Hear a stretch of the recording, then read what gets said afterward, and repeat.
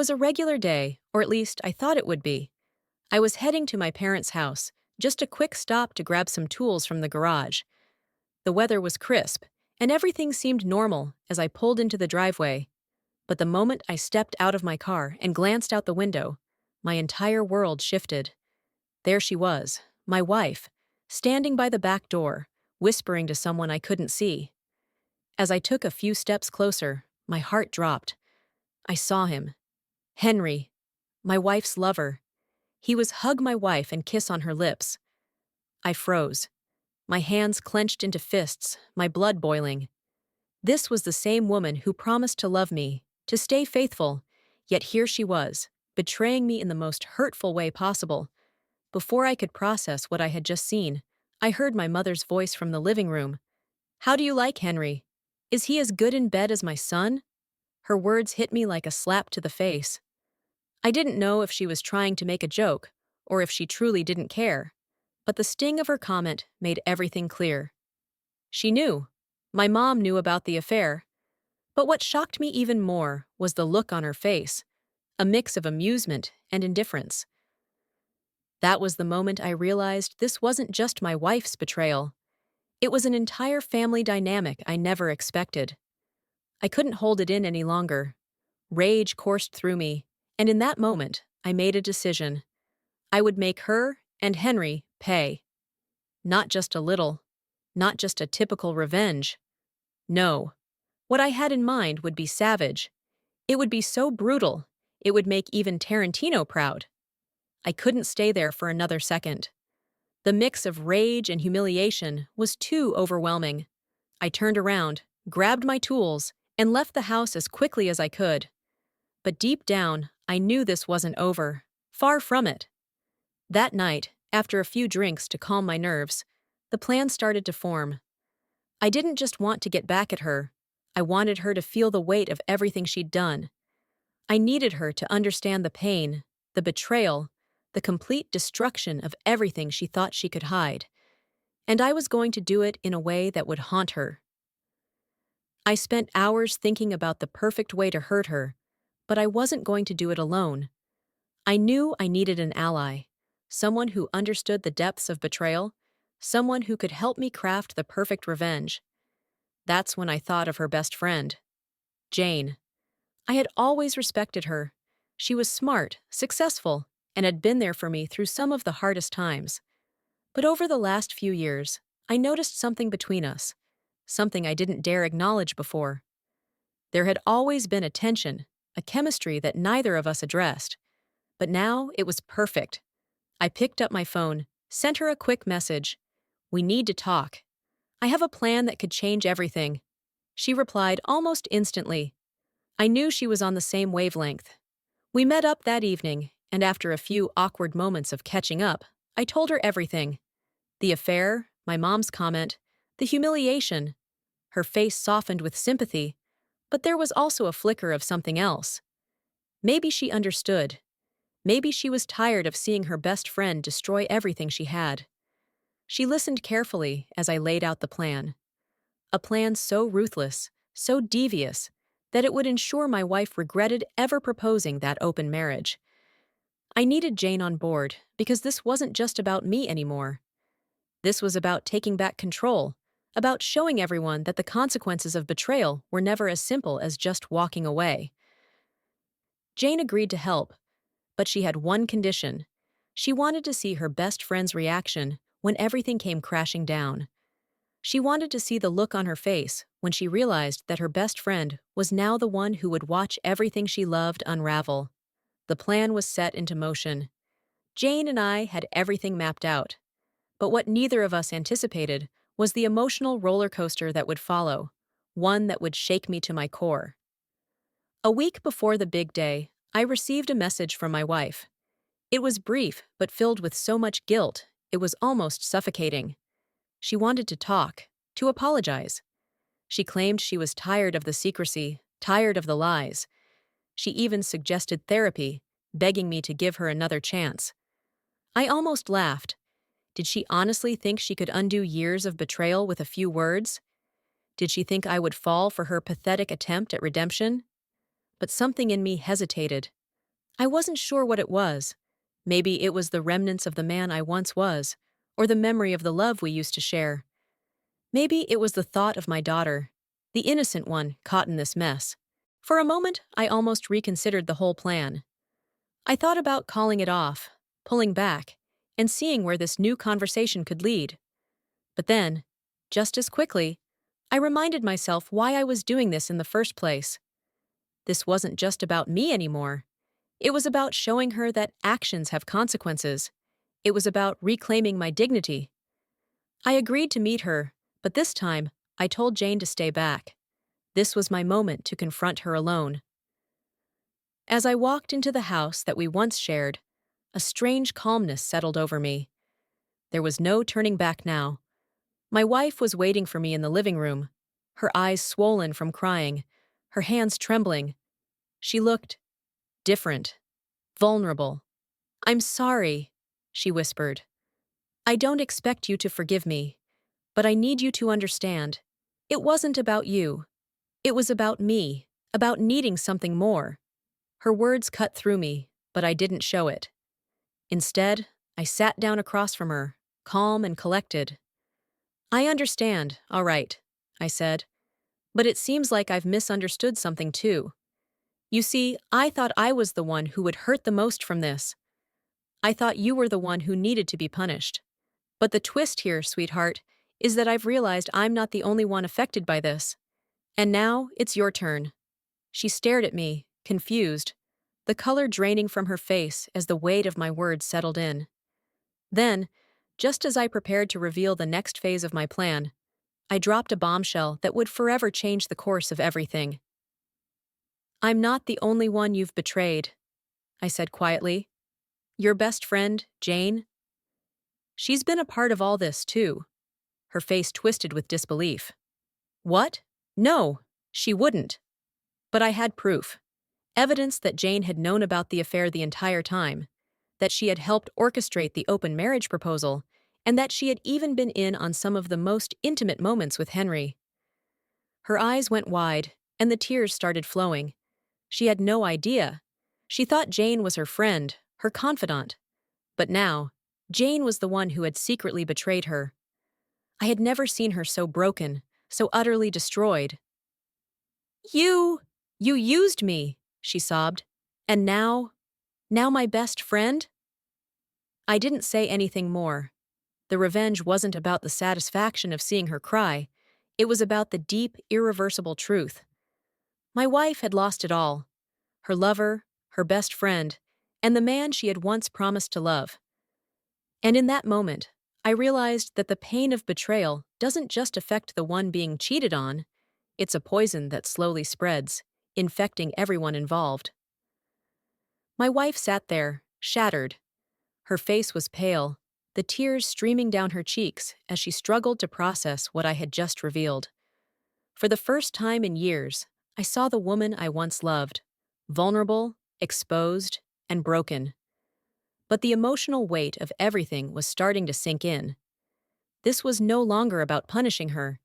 It was about ensuring she understood the full scope of her actions. "You think you've lost everything?" I said, my voice steady, though every word felt like it weighed a ton. "You've lost far more than Henry and Jane. You've lost yourself. You're a stranger to me now." The silence that followed was deafening. She couldn't look at me anymore, unable to face the reality I had laid out before her. She had never once stopped to think about the consequences of her actions. Now, it was too late. But I wasn't done yet. I had one last card to play. It wasn't about revenge anymore. It was about ending this nightmare for good, for all of us. I pulled out a set of papers from my bag. Divorce papers. She looked at them, confused and terrified. "Don't.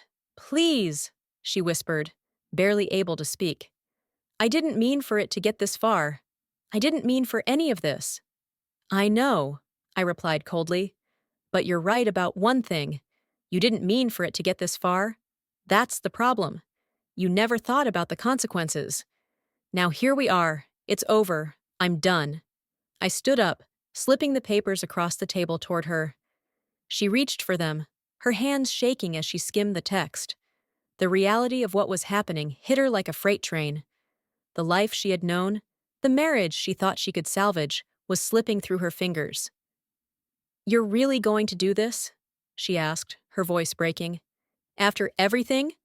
I gave her one last look, cold and detached. "You did this to yourself. I'm not the one who destroyed us. You did." I turned to leave, but before I could exit the room, my daughter walked in. She looked at me, her eyes filled with confusion, and then at her mother, who was still sitting there in a state of shock. "Mom, what's going on?" she asked, her voice trembling. I didn't answer. I couldn't. My wife, still reeling from the bombshells that had been dropped on her, looked up at our daughter.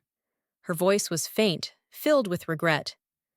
I messed up, sweetheart. I've ruined everything." My daughter turned to me, then back to her mother, understanding dawning on her. The silence between us was thick with unspoken words. And in that moment, I realized that while my wife had lost me, and the family she had destroyed, it was our daughter who would carry the heaviest burden of all. The revenge wasn't something I just pulled out of nowhere. It took careful planning, calculated steps, and the patience to let it unfold. It wasn't about immediate satisfaction. It was about making her feel every ounce of pain she had put me through, and ensuring that her actions would echo in her life long after everything had finished. It all started the day I discovered her affair. I was angry, but more than anything, I was hurt. This wasn't just some random betrayal. This was my wife, the woman I trusted with everything. I needed to make sure she would never forget this. But I also knew this wasn't going to be a simple confrontation. I wanted to break her down slowly, piece by piece, in a way that would make her question everything she thought she had. The first part of my plan was to keep my emotions in check. I had to play it cool, act like I was hurt, but not reveal the full extent of my anger. I didn't want her to know I was ready to destroy her life. I needed her to think there was still a chance, that I was still someone she could manipulate, someone who would forgive her. That way, when the truth came out, it would hit her with full force. I spent the next few days acting calm, almost too calm. I didn't confront her directly. I acted like nothing had happened. We went about our day-to-day lives like usual, all the while planning every move. I knew that when the moment came, I had to hit her where it hurt most. Her pride, her sense of control, and her relationships. I had to make her realize that not only had she betrayed me, but she had lost the respect of everyone around her. That was the key to making her feel the full weight of her betrayal.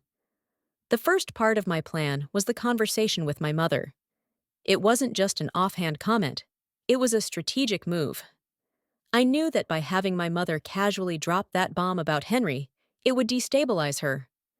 My mother had always been brutally honest, and her words weren't meant as a joke. They were meant to open my wife's eyes to the reality of what she was doing. When my wife realized that not only was she cheating on me, but her own mother-in-law knew about it, the guilt would slowly begin to gnaw at her. But that was just the beginning. The next part of the plan involved Jane, her best friend. This was the twist I had been waiting for. When I found out that Jane had been complicit, I realized I had an opportunity to take the revenge to another level. Jane was the perfect ally. She had been with my wife for years, shared all her secrets, and had her trust. But Jane was also emotionally conflicted, and I knew this could be my leverage. I convinced Jane that it was time to reveal the truth about everything, about my wife's open marriage proposal, about the affair, and about Jane's role in it all. At first, Jane hesitated, but I played on her sense of guilt, her growing frustration with my wife's lies, and the fact that she felt betrayed too. I made her see that in order to move on, she needed to expose the truth. But it wasn't just about revealing the affair. The true genius of the plan came when I had Jane assist me in planting false hope in my wife's mind. I had Jane pretend that everything could be fixed, that we could all get past this and move forward, just long enough to let my wife's guard down. It made the final confrontation even more crushing when Jane's betrayal came to light. The moment my wife realized that not only had I known about the affair all along, but that her best friend was just as guilty. It shattered her. This was her punishment, not just the loss of me, but the loss of the one person she thought she could always rely on. Her best friend had turned on her, and in the most brutal way possible. As I sat there watching her unravel, I felt a strange sense of satisfaction. It wasn't about seeing her cry or feeling any joy from her pain. It was about watching her realize that everything she had taken for granted, the love, the trust, the friendships, had been destroyed by her own selfish actions. The final piece of the puzzle was the divorce papers. I wanted her to have the choice, to see if she could still salvage anything, but deep down, I knew that this was the only way to truly free myself. The last act of revenge was giving her that final choice. Accept the truth, accept the consequences, and walk away. The time for mere planning was over. It was time to execute the revenge I had carefully laid out.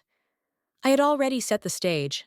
My wife was fragile, her world was crumbling, and she was far too emotional to think clearly. She had no idea what was coming next. As I prepared to execute the final blow, I thought about how everything she had done had led us to this moment. This wasn't just about hurting her.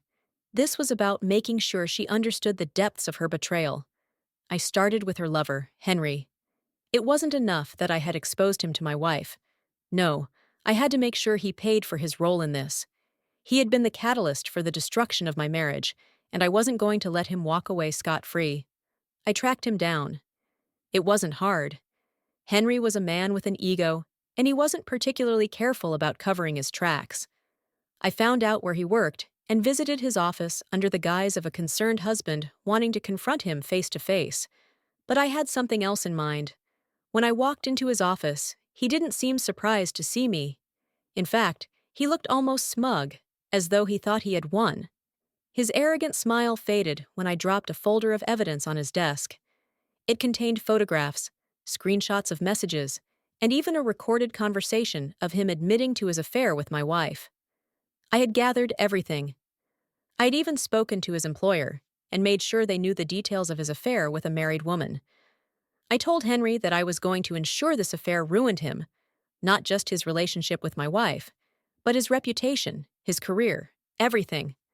The look on his face as he realized how thoroughly I had planned this revenge was priceless. "You think you've won. You haven't," I said, my voice low and dangerous. "You've lost more than just your job, Henry. You've lost the trust of everyone who thought you were a decent man. Enjoy what's left of your life." I left his office, knowing that I had just destroyed the one thing he valued most, his own self-image. And just like that, I had leveled the playing field. He had no idea how deep the damage ran, but he would find out soon enough. Next came my wife. She had been begging for forgiveness, pleading for another chance, but I was done listening to her empty words. She thought she could get away with everything because I had once loved her. But love doesn't mean ignoring the betrayal. Love doesn't mean pretending everything is fine when the foundation of a relationship has been shattered. I knew the exact moment she would try to contact me. It was after she realized that Henry was no longer a viable option, that he wasn't going to save her. I could already imagine her frantic calls and messages, her desperation growing as the reality of her actions hit her. I allowed her to think she had a chance to plead her case, but when she showed up at my door, all I had to do was present her with the evidence of what she had done. The affair wasn't just some mistake. It was deliberate, calculated. The betrayal wasn't just against me, it was against everything we had built together. I could see the shock in her eyes as I handed her the divorce papers, once again. This time, there was no going back. "Do you know what your real mistake was?" I asked her, my voice devoid of emotion. "You never thought I'd have the guts to walk away. You thought you could control me, keep me in the dark while you did whatever you wanted. But the truth is, I'm better off without you." Her face twisted in disbelief. She wanted to cry, to apologize, but this wasn't about her anymore. This was about me reclaiming my life, about taking back everything she had stolen from me. "You don't deserve a second chance," I continued, watching as she crumbled before me. "You deserve to feel the consequences of your choices, And trust me, you will. With that, I walked away, leaving her standing there in the doorway, alone. I wasn't satisfied with her tears. I wasn't looking for closure. I was looking for freedom. The moment I signed those divorce papers, I was free. The weeks following my departure were a whirlwind for my wife. She had never once considered that I would actually follow through with my revenge. Her entire world, once centered around her lies and deceit, came crashing down in ways she couldn't have imagined. The first blow came in the form of the exposure. Henry's career had been destroyed, and as part of my plan, I had made sure that her role in the affair was just as well known. Her friends, family, and even acquaintances started distancing themselves. The gossip spread like wildfire. People who had once admired her, respected her, or thought she was the perfect wife, now viewed her with contempt. Even her closest friends, including Jane, turned their backs on her. Jane had been complicit in the affair, but the moment she realized how thoroughly I had exposed everything, she stopped supporting her. There was no loyalty left for my wife. Her reputation, both within her circle and outside of it, was tarnished beyond repair. The world she had once controlled with ease began to crumble around her. Then came the financial strain. My wife had been accustomed to a life of comfort, supported by my hard work and dedication. But with the divorce finalized, she found herself alone, with little to no resources. She had no job. She had never really needed one because I had always been the provider. After the divorce, it became clear just how unprepared she was for independence. She found herself scrambling to find work, but her tarnished reputation made it difficult to land anything meaningful. No one was willing to trust her, and she quickly realized that the lifestyle she had taken for granted was now a distant memory. Her friends, the ones who had supported her during the affair, slowly began to withdraw. They didn't want to be associated with someone whose actions had been so publicly exposed. What was once a social network of parties, gatherings, and fun became an empty existence.